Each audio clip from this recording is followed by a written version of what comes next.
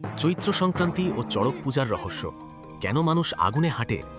রাত গভীর, ঢাকের শব্দ ধীরে ধীরে বাড়ছে। একজন মানুষ নিজের শরীরে হুক ঢুকিয়ে আকাশে ঘুরছে। কেন এমন ভয়ঙ্কর আচার পালন করা হয়? বাংলা বছরের শেষ দিন, চৈত্র সংক্রান্তি। এই রাতেই লুকিয়ে আছে এক প্রাচীন রহস্য। আর সেই রহস্যের কেন্দ্রবিন্দু চড়ক পূজা। চৈত্র মাসের শেষ দিন মানে পুরনো বছরের বিদায়। মানুষ বিশ্বাস করে এই সময় অশুভ শক্তি সবচেয়ে বেশি সক্রিয় হয়। তাই শুরু হয় শুদ্ধি, পূজা আর কঠোর আচার। এই সময়েই অনুষ্ঠিত হয় গাজন আর চড়ক পূজা, ভগবান শিবকে সন্তুষ্ট করার এক ভয়ঙ্কর উপায়। চড়ক পূজায় ভক্তরা নিজের শরীরে হুক ঢুকিয়ে চড়ক গাছে বেঁধে ঘোরে। কেউ আগুনের ওপর হাঁটে, কেউ নিজের শরীরকে কষ্ট দেয়। বাইরে থেকে দেখলে ভয়ঙ্কর, কিন্তু তাদের কাছে এটা ভক্তি, ত্যাগ আর বিশ্বাসের চরম পরীক্ষা। লোক বিশ্বাস করে এই কষ্ট সহ্য করলে ভগবান শিব খুশি হন, জীবনের সব দুঃখ দূর হয় আর নতুন বছর শুরু হয় আশীর্বাদ নিয়ে।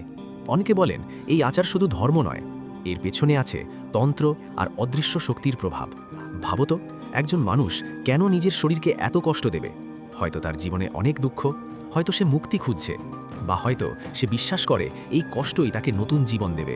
চড়ক পূজা শুধু আচার নয়, এটা বাংলার লোক সংস্কৃতির অংশ।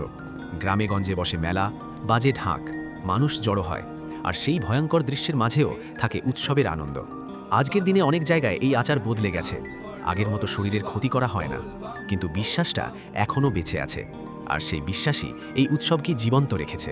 চৈত্র সংক্রান্তির সেই রাত, যখন পুরনো বছর শেষ হয় আর নতুন বছরের দরজা খুলে যায়, সেই রাতেই মানুষ প্রমাণ করে ভক্তি আর বিশ্বাসের শক্তি কতটা গভীর হতে পারে।